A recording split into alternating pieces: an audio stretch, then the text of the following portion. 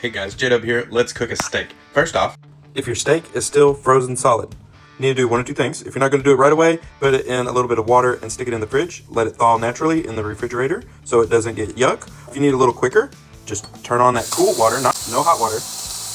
Let it get thawed. As you can see, it's already starting to thaw this out for me. We're going to go ahead and then get our pan ready, get it set up for when our steaks are thawed and ready to go. And no, this is not a Hicks clamp. Quick fun fact. I am actually a Yosukata fan. They make great woks. If you're looking for one item in the kitchen to have, I would recommend a wok. Whichever brand you prefer. I prefer Yosukata. Their blue carbon steel is amazing. But the cool thing about woks over just a skillet is you can put a lid on it, you can put water in it, you can make stir fry, noodles, whatever you can think of in a wok. Let's go on. We're going to start off with some Levantine olive oil right here from TikTok. It is a cold press and it is made the old fashioned way. Just going to pour a little bit in there. Drizzle it around, because we're also going to coat the steak with this, so I'm just going to put enough in there. Now I know what you're thinking. Let's kick it into high gear. No. Low and slow. Low and slow. It's on. Because all we want to do is warm up the oil just enough to make it pliable in that skillet. Look at that. Nice thick. Look at the rich color in this. Coat those edges nicely.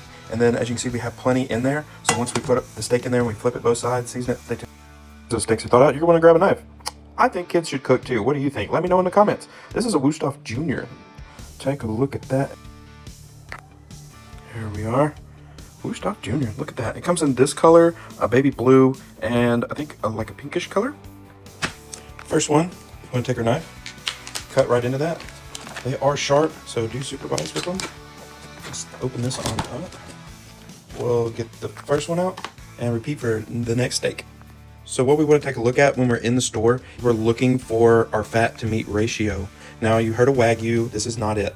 Wagyu is like butter, it's very blended between the fat and the meat. Now you can see all the little white lines in here. That's a nice blend of fat versus your meat. The white pieces in there is that fat. That's going to help hold that flavor, allow that to render down, and let that meat really just soak up the flavor that you're cooking with. You have your fat cap on this side and this side, leave them on. You don't want to cut those off too early. Save them for, say, some green beans or something else. You have another cap here on this side for this one. These are two different steaks.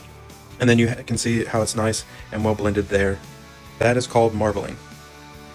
I like the Western style seasoning. It's a great line. This seasoning is just their steak seasoning. It's phenomenal. We're just going to go ahead and coat it just like that. We're just making sure we give it a nice rub down on each side and all around. Now we want to introduce our steak to this oil. Careful, it will be hot. Just gonna let it set here for a minute and sear up on one side real quick to lock in that flavor, the seasoning that we just added. And now flip. Just like that. You can see we have started our sear on one side. We'll let it set and rest here for just a little bit on the other side. Definitely don't want to forget to do the sides as well, because we want to seal that steak all together and lock in that flavor. Flipping it to the other side. You can see that nice, wonderful searing that we got out of our skillet.